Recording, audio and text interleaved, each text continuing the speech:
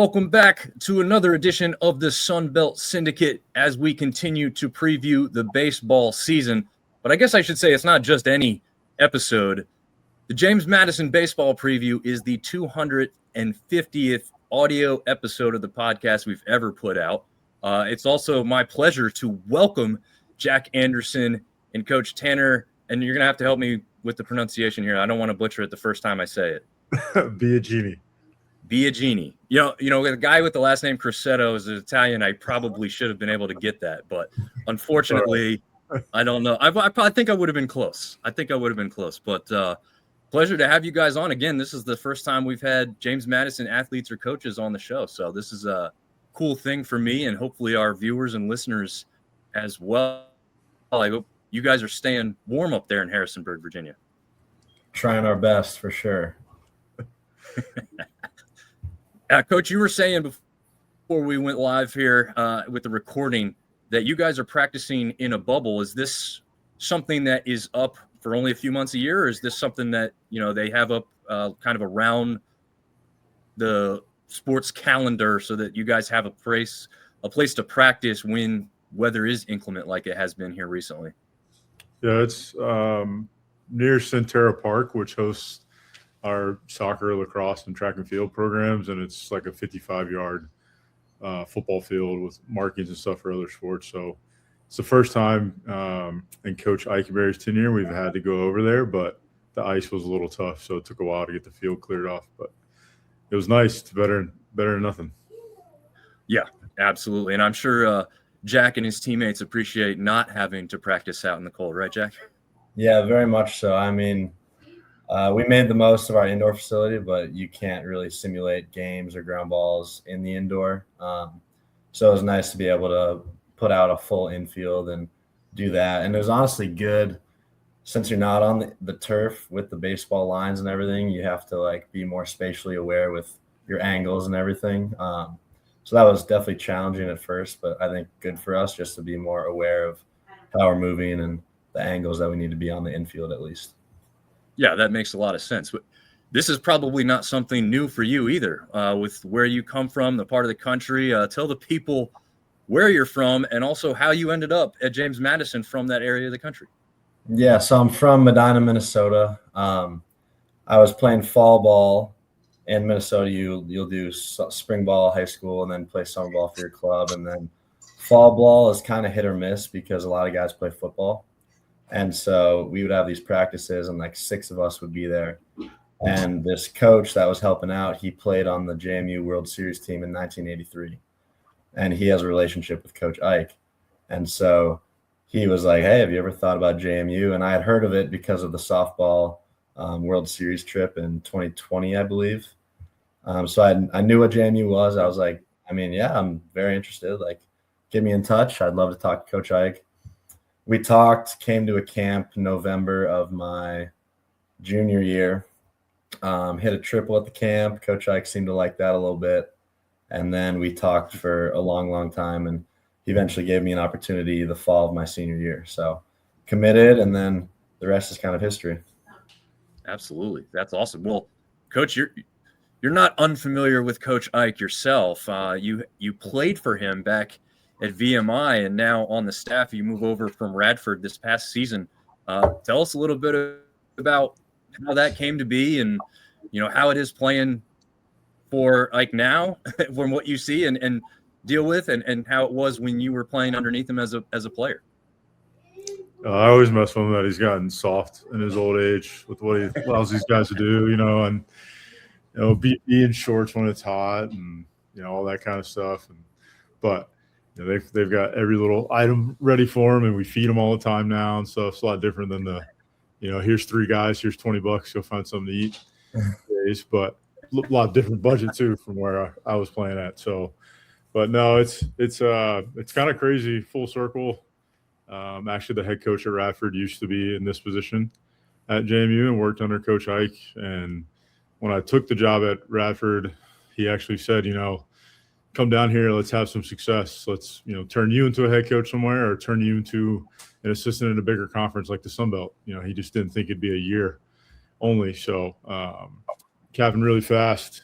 I'm sure luckily my wife and my kids have dealt with the moves well, but I'm sure they're ready to stick. So we're really excited to be at JMU.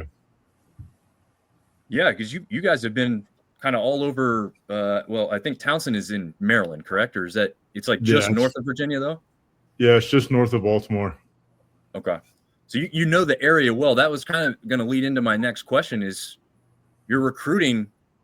Obviously now it's probably national. And we've got Jack here who's from a state that most people probably wouldn't have picked out that a whole lot of JMU baseball players would come from.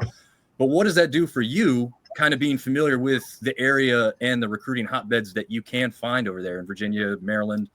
Well, really probably most of the East Coast, but I'll let you expand on that. Yeah, I've kind of been all over. I mean, I've worked this is my third school in Virginia now. I got my start at University of Richmond. And then I was at Lafayette College in Pennsylvania before Towson University in Baltimore. But I grew up in North Carolina, and grew up kind of traveling the East Coast anyway for my dad's job. So it helps. I feel like I know a good hotbed of coaches at the high school level and the travel ball level and have a good reputation in that. And I think it also helps that we have other assistants as well that kind of can do that and have a lot of connections, and then tie yourself in with Coach Eichenberry. I mean, he knows everybody. Like he's actually hard to go recruiting with because everybody wants to talk to him in the parking lot on the way into the complex. But so it's been great, and it's been an easy thing to learn from him for sure. He's taught us a lot in the short months we've been with him. That's awesome. I love to hear that, especially when a kid in Minnesota has heard of him and familiar with that aspect too. That's pretty cool. It's also cool. I haven't heard of the fact that you kind of heard of JMU from the softball aspect, Jack. That's actually pretty cool. You hear a lot of people say the football aspect, friends that went there. Mm-hmm. So it's kind of cool that you're looping in with obviously a successful program on the softball side of things as well. You guys aren't far removed, though. I mean, just 2 seasons ago, James Madison found themselves in the NCAA tournament for baseball. I know, we had a couple teams, and honestly, you look at the whole conference landscape, we had 2 teams go to the tournament last year, obviously Coastal getting as far as they did. But I would say overall, a little bit of a surprise. We only had 2 teams end up in the tournament. What kind of things have you guys done, Jack, in the offseason as players specifically to kind of get back to that spot you guys were at just recently? I mean, we have a few returners. So I wasn't on that team. I'm a sophomore, but we have a few upperclassmen that were fortunate to be on that team. So they definitely know what it's like to be in those situations. And they've just instilled that hardworking work ethic in all of the younger guys. Obviously last year, we didn't make it to where we wanted to make it, but we were able to build on last year with just the hard work that we put in with everyone that came back. So I'd say they knew how to work hard on that team that made the regional, and they kind of gave that to the younger guys. And we've been doing a really good job throughout the offseason of focusing on that and focusing on the process, and then just focusing on the season that's coming up and not really dwelling on the past. Nice. I like that. And I'm sure it's helpful. I want both your guys' thoughts on this one. I'll start with Jack again here. But when you see the success that football had, right, and then the stuff that basketball has had in the recent past, and again, getting baseball there 2 years ago, does that help push you guys overall as, players on the current team and coach, as a staff to also keep that pedigree across James Madison sports in general to kind of get back and get this program back to where you want it? Yeah, I know in 2024 they were selling T-shirts that said JMU is an everything school, because that was a year we made the regional, made March Madness. That was the year of game day and going 11-1 in football. So I think there's definitely a pride of wanting to be good at every sport, and there's definitely that feeling of community within the athletic teams. Women's lacrosse is a top 20 team in the country. Like, we all want to be good and we all push each other to be great. So yeah, I'd say just we want to be great, and having those teams push us is pretty awesome. And then I'd add that it was pretty cool when I first committed. I would tell people, hey, I'm going to JMU, and they'd say, what's that? Being from Minnesota, no one had really heard of it. And now it's like, hey, I go to JMU, and they know instantly where I go to school. So it's kind of fun not having to explain it anymore. and just we're becoming a national powerhouse. Yeah, I had to get used to everybody yelling Absolutely. "Go Dukes" Coach? at us when we travel. Mhm. I took the job, and my wife and kids were actually at the beach, and Coach Ike had given them a couple T-shirts, a couple pieces of swag for them for the move. And my wife said they were at a restaurant. They're like trying to walk to the table, and people were just screaming "Go Dukes," and she had zero clue like what was going on. So it's definitely a place that's very, very proud, and I've yet to meet an alumni that didn't love his experience or his or her experience and love this place. So just moving like in the community, we live probably 10 minutes away from campus, and our neighborhood is just full of alums or people that work there. And they're just constantly in purple and gold, and it's all year round. It's not just about one sport. They want all the sports to be good, which is nice.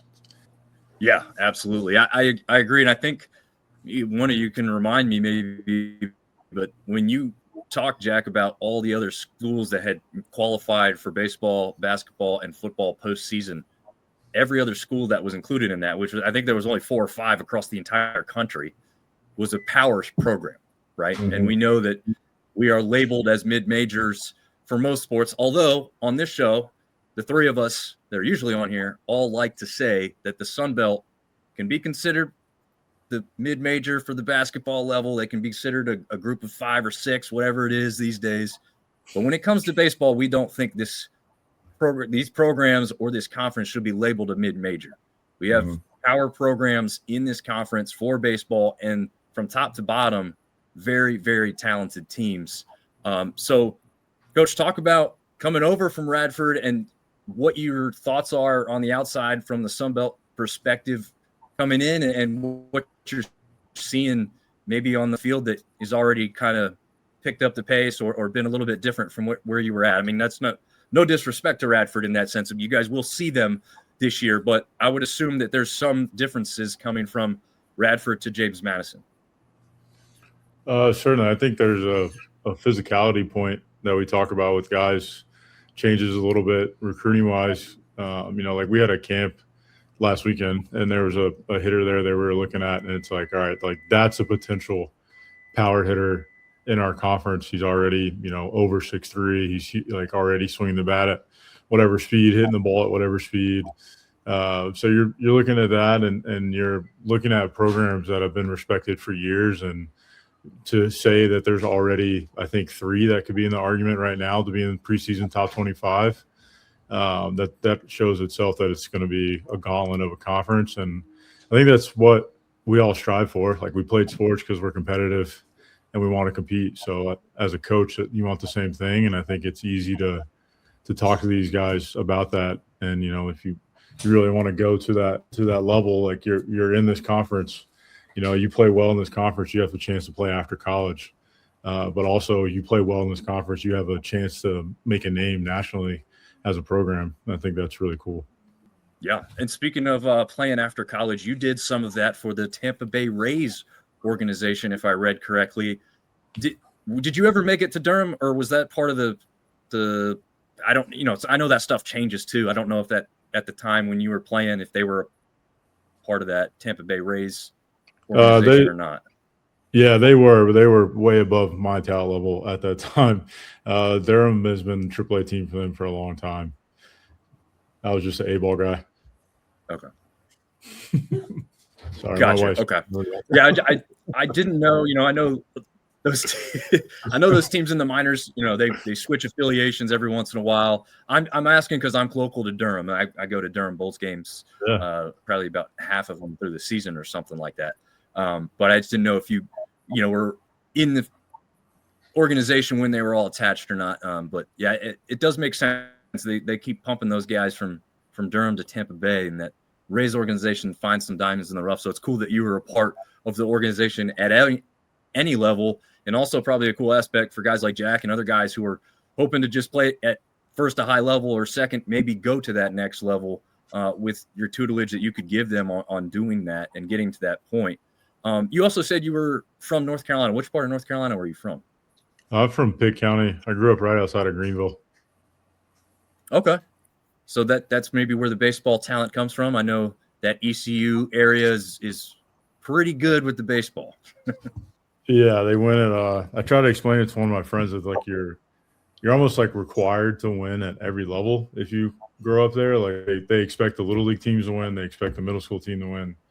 Like there's always a high school state champion every couple years out of that area, and then they expect all the colleges to win too. It's in baseball and softball. Like so, if you play in that area, it's different. It's different.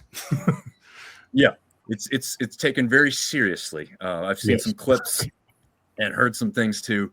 But being in North Carolina, I hear about ECU baseball all the time as one of the bigger powerhouses. So let's jump from there into your guys' out of conference slate. Jack, I'll have you start here. Is there one that sticks out? And if you want to give me the first one because it's the first one and that you're just excited to get going, that makes sense. But if there's anything else that sticks out, just let us know what you're looking forward to as far as out of conference play is concerned.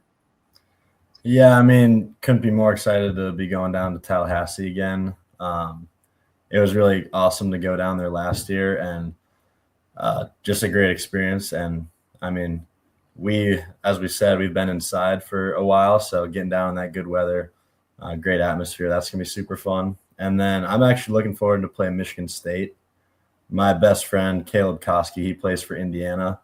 And as you were saying, with maybe that Power 4 conference, us or the Big Ten, we always kind of go back and forth. I give them some crap about that. So we'll finally have a common opponent between the two of us. So I'm excited to play them and take it to them and see how they do against them. But those two should be fun. And then UVA is always a really, really fun game. They have one of my favorite stadiums that we've played in, at least last year. So good little rival right down the road. So those three are going to be really exciting. Nice. I like that. Coach, I know there's one that's going to be circled, but you can expand on that one or tell us, the other teams that are going to stick out to you on this out of conference slate.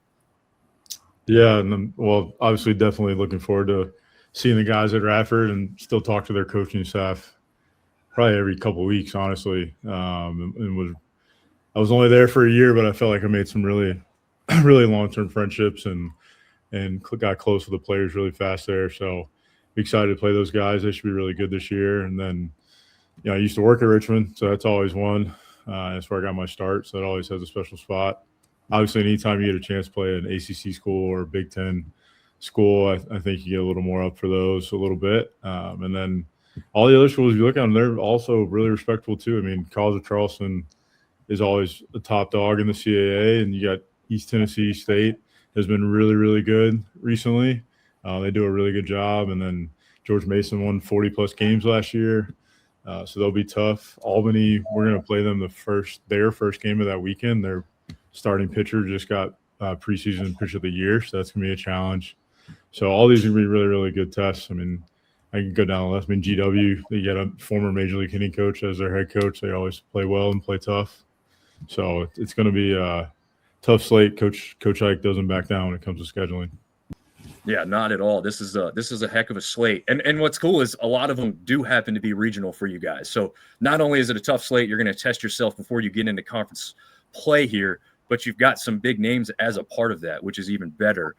So that's really cool to see and to know for anybody listening. And I didn't tag it because so many of these schools that could be ranked or maybe not by the time you play them, I didn't put the rankings there. But to note, since it will stay this way because there won't be any games before this happens, the matchup versus Florida State is a ranked game for you guys because that is number 16, I believe, Florida State coming into the year. So a great opportunity. We saw, for those that remember just 2 years ago, that's also where you guys started off and got the series victory down there in Tallahassee. So a great thing that helped propel that team into the postseason, I believe, because of those few ranked wins. And I think they even stood a chance at a sweep. I'm just trying to remember this off the top of my head. I don't think they swept, but I think they had a chance to sweep there, but taking that series. So very, very interesting matchup to see. Again, a very cool one to see, especially for you guys. Like you said, we've had enough of the snow and ice. It's time to get into some warmer weather. For sure. Play some baseball and some baseball weather for once, right? Jack, I think I saw a note that your sister either has been or is a part of Indiana's rowing team. She was. she just got her first job. Actually, she graduated with her master's from Indiana in data science last year. But her first 4 years of school, she went to school just to go to school. Rowing is not a thing in Minnesota really at all. And so she just went to school, and she ended up in the dorms with the freshman rowers. And they were putting flyers up saying we need walk-ons because the team is huge. It's like 75 girls or whatever. And they're like, hey, Maddie, like, come walk on, come try out. Because she was a 4-sport athlete in high school. And my aunt had done rowing, so she calls her. My aunt convinces her to try it. She goes to tryouts, does one day, gets COVID. Coaches still because it was right in the middle of the COVID, so she got shipped off to a different dorm. But coaches ended up letting her on the team as a walk-on. She worked her way as a walk-on to getting half of her school paid for and being a big contributor in one of the top 3 boats. So super like unexpected for her, but she made all of her lifelong friends through rowing, and it's super inspiring for me seeing her just work as hard as she could through that. She rowed through broken ribs, and like you should see these girls' hands after they row. Their hands are like torn to the bone, and she just pushed through all that, and really inspiring. Just she's such a hard worker, and I definitely look up to her a lot. That's awesome, man. That's really cool. I was going to ask you about the football aspect, but I'm glad you went into that because that's so much more detailed about row. I mean, I don't really know anything about rowing. I've seen it done on TV. I've never seen it live, but that is a really cool aspect to what she was able to accomplish. And it tells you about the pedigree of athlete within your family. That she's just like, yeah, I'll just, attempt to walk on as a rower. So that's pretty cool that happened there. Did she happen to go to any of the playoff games or national championship or anything? She a football fan by chance? Yeah. So her and her fiance went down to Atlanta for that game for the Peach Bowl, I believe it was. And they had a blast, obviously, but her fiance, they just got engaged. He is a ride or die, just sports fan in general. And I think he had been to every Indiana football game his 5 years there, which the first 3 years was miserable as an Indiana fan. So that just shows how bought in he was. But she made a comment. She said, if I was in Bloomington right now, I would have burned my couch on the street after they won, which I know a few people did. But, yeah, she was pretty ecstatic about it. That's awesome. Yeah, I was really hoping on the outside that we would see the James Madison versus Indiana matchup in that CFP. I just thought that would be the coolest storyline that could possibly exist. Coach Sig against his former team, and the love affair from afar. But then it comes to a head where you guys, one of you's got to win to move on. But seeing your sister was at Indiana at one point in time was definitely an interesting aspect to that there. Speaking of football, let's just stay on that topic again. Were either of you pulling for anybody specific in the Super Bowl? Just a quick note on that, Coach. Seahawk or Patriot fan, or didn't care? I'm a Bears fan, unfortunately. So normally kind of rough that time of year for me. But okay. I'll say that like my oldest was pulling for the Seahawks, even though he used to be a Chiefs fan, and then he told me he's an Eagles fan now. So I'm not really sure who our house was pulling for that night. Oh man, Jack, any rooting interest in that game? No, I'm a big Vikings fan, and this is the first I'm hearing of Beej being a Bears fan. So I keep it close. Might not be saying hi to him tomorrow. We'll see. But yeah, I was just hoping for a good football game. So yeah, I was too. Unfortunately, that's not what we got, obviously. But Jack, the nice thing for you is you go home with your purple on and you're set, man. You could be in Minnesota wearing purple and being accepted. You could be in Harrisonburg wearing Viking stuff, and it's all the same. So that's great there. That's true. A nice, easy transition. All right, let's jump into the Sunbelt slate a little bit now. You guys open with Georgia Southern, but you're playing some of the heavyweights in this conference. Obviously, the two teams that made the postseason last year in Coastal Carolina, Southern Miss, but we've got the Cajun team who's routinely very good as well. We got a Marshall team that might be on their way up. You've got the ODU battle, of course, that we always like to talk about with the rivalry with you guys and and them. App State's there. That kind of a rivalry's kind of building a little bit too. Jack, I don't know if there's one that you're leaning towards for a specific reason or just one that sticks out to you a little bit more than some of the others here. Definitely excited for them all. I'd say I'm really excited to play Southern Miss. We didn't get a chance to play them last year. So it'll be fun to just see their talent and take it to them. And then we had a pretty exciting series against Georgia Southern at the end of the year last year. So definitely excited to get them at home for the first weekend. Coach, anything specific you're excited for in this first year in the Sun Belt for you? All of them. New facilities, places I haven't been before. And then at ODU, one of their assistant coaches actually coached me in college, so that would be fun to be coaching against him again. Oh, very nice. Yeah, that is a very interesting. So you haven't been to any of the Sun Belt schools previously by, playing with Radford and the other teams you've been with? I've been to – so I played in the Big South with Coastal, but it wasn't the Coastal of now with the stadium. It was nice, but it wasn't what it is now. So I haven't seen the new version. And I've been to Georgia Southern, but that was in 2021 because we had to – because it was right after COVID. We had to take 2 buses. We couldn't fly. It was a long weekend. It was a long drive back there. Yeah, that would be one heck of a journey. I'm in Chapel Hill specifically. I've driven from here to Statesboro, and that was a long trip. So I can only imagine going from Maryland down there. Mm-hmm. Yeah, it was like 14 hours. So it was crazy. I literally remember parking my car in front of my house. My wife basically walking out the door, us high-fiving each other, and her going to work and me going and getting my boys ready for school and then going to bed. It was crazy. Oh, man, I'd say so. Are you guys – remind me, Jack, are you guys on the road for the Cajuns? I don't have the schedule up in front of me. Are you hosting the Cajuns this year? We went there last year, so that one's at home. We're going to Coastal, Ark State, okay, Louisiana Monroe, and then to ODU, I believe, and Georgia State. You'll have one last bus lot boys trip before they get their new stadium down there. I know. I've been hearing that it might be done, but then I have a summer ball teammate that he plays for Georgia State, so I texted him, and he was like, yeah, we just broke ground, so I think we'll be still on the field. Yeah, it's unfortunate, but the cool part is, ODU is getting a revamped one, right? And I think that one, I believe, Coach, maybe you can tell me too, is that one will be done for this year, but it just may not be in it like opening day type of thing, right? Yeah, it sounds like it's going to be a few weeks into the season for them. The renderings look pretty cool. Some of the pictures that they've been posting.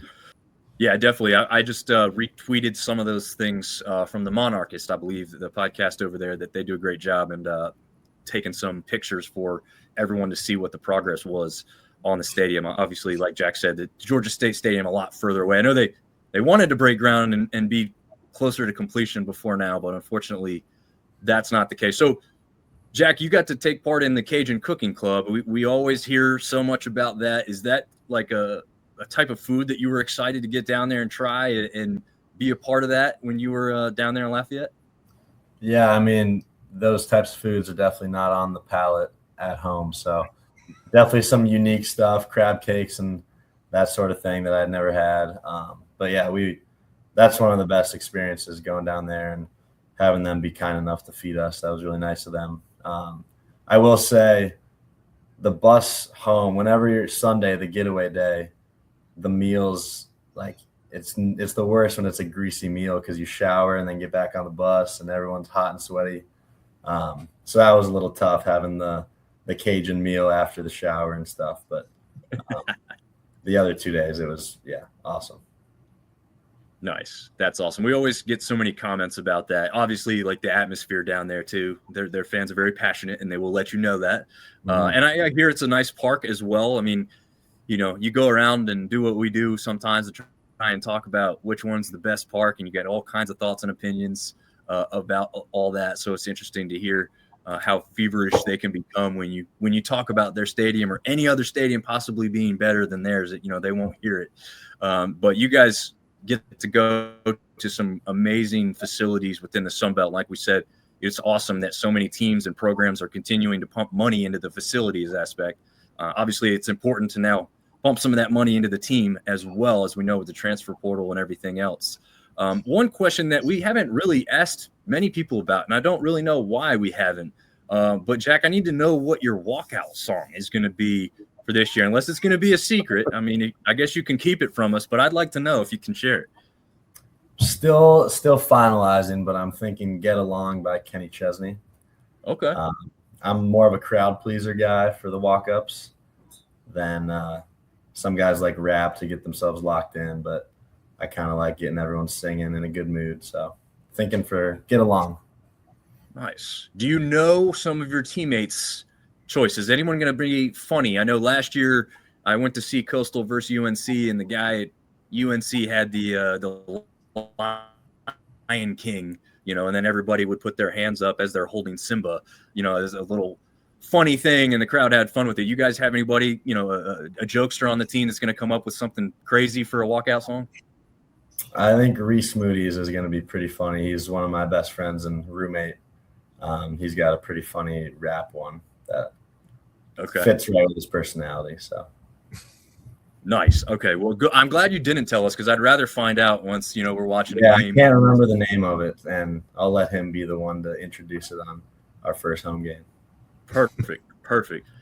Coach, I got to get your opinions on what you're hearing when these guys are playing their walkout songs. Obviously, you had one, so I'd like to know what that was. But what are you thinking when you hear some of these rap songs as part of the walkouts? And maybe you're a rap guy yourself. I don't know.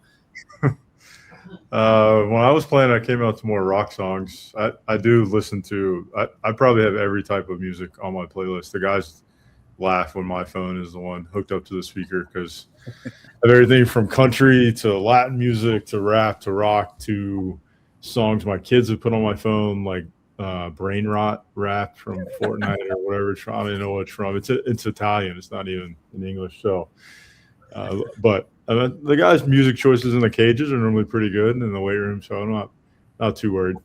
The only one I worry about is probably Jack Cannizzaro, our catcher. He either goes from like super hard rock to like this EDM dubstep rock that doesn't make sense. Yeah, his is too wide. It's too all over. His one scares me. Everybody else should probably be pretty good. Nice. I like that. Did you have a specific one that you remember from your playing days that you used a lot? Change it every year. My favorite one, I was told, I don't know how true this is.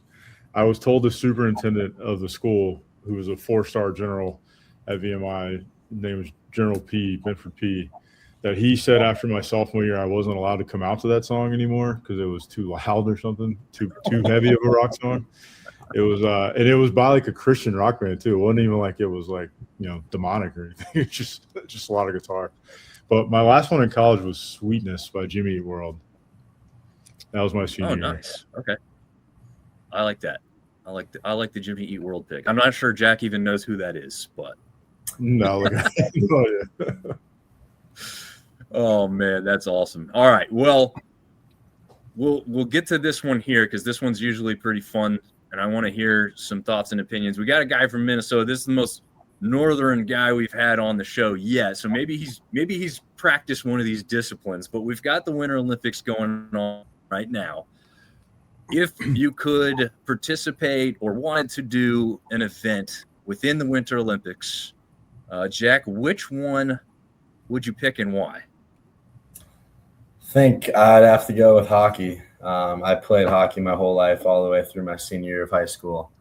And watching, I think it was last year, the Four Nations face off with Team USA, fighting Canada for booing the anthem and all that, gets me pretty patriotic. So definitely hockey. But then if I were to add another, I'd probably try, honestly, curling. I watched that the other night, and pretty boring, but they were getting after it, and the crowd was getting into it. So that might be a fun one.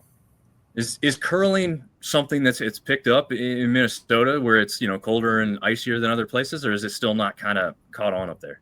Yeah, there's a few curling clubs near me. can't say I've participated, but there's a few hockey rinks where it'll be hockey rink over here and then curling club attached. So I got it here too. You say you played hockey. I'm a big hockey guy myself, just to be clear here. So the pick that you had is good. I like that one.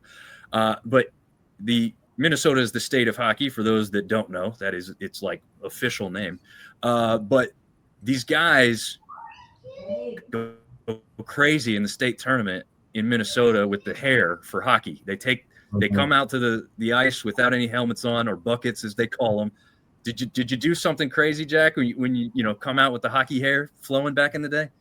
Yeah, I wasn't fortunate to make it to the state tournament. Came up short my senior year. We were ranked like 4th in the state, but the way it works is you have to win your section to go to the state tournament, and our section had the 1, 2, and 4 teams in the state all in the same section. So didn't end up making it, but one of my best friends did, and he made a pretty mean mullet with his hair. And yeah, they definitely have fun with it. I was going to dye my hair red probably we were a red high school if we did make it. I was joking around, but never actually made it there. Nice. Well, it was a good idea. I'm sad that we don't have some blackmail material on that red hair to put up during baseball season. But, maybe if there's a postseason for baseball for you guys this year, you get some purple going in there. You can do it that way. Cards. I love it. All right, Coach.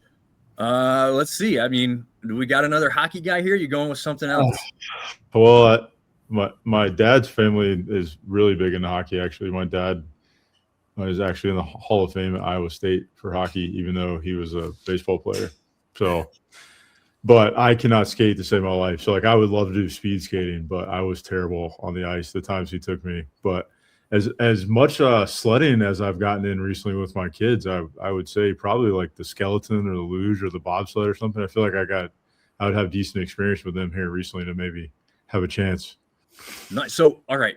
So I'm going to make you pick between the skeleton and the luge, because I got to know, I feel like the risk takers and the guys that are scared of nothing are picking skeleton because you're going head first. With the luge, maybe a little safer. You break a leg first if something bad were to happen, but you're not going with the head first. So I got to know which one you had to choose if I made you. Well, first, the luge, I don't understand how they see where they're going. They're laying flat on their back. I don't understand how they see at all or how they slow down. But I would probably try the skeleton. I mean, I did unfortunately almost I ran over one of my sons while we were sledding, so I probably need to go head first so I can see better where I'm going. So I'll probably go with the skeleton. Nice. I like that answer. I mean, not the part that you ran over your son, but the fact that, it makes sense. And it seems more adventurous and fun, albeit probably more dangerous. But as we saw, I think the U.S. team, 3 of the 4 guys missed the bobsled the other day. So nothing is safe on these things. I don't know. But, I mean, guys, this has been awesome. I've been very much happy to share this with you guys on a 250th episode again. So this has been a fun one. What I like to do before we get out of here is have people hear where to follow you at. If there's just one spot you want to name, or if you're on 4 platforms, whatever you want to do. I'll let Jack go first, because it seems like all the coaches have to look up what they use as their username and just default to saying just message JMU baseball. I think my Instagram handle should be jack.anderson112. So you can follow me there. Well, it's pretty simple. It's just Biagini baseball. I'm on whatever Twitter's called now, X, I guess, and Instagram. Well, gentlemen, thank you very much for being a part of tonight's preview, and look forward to getting this first pitch thrown out on Friday. And you guys get to go partake in a little bit warmer weather. Again, good luck the rest of the season, and hopefully we can have you guys back on in the future. Thanks for having us. Yeah, thank you.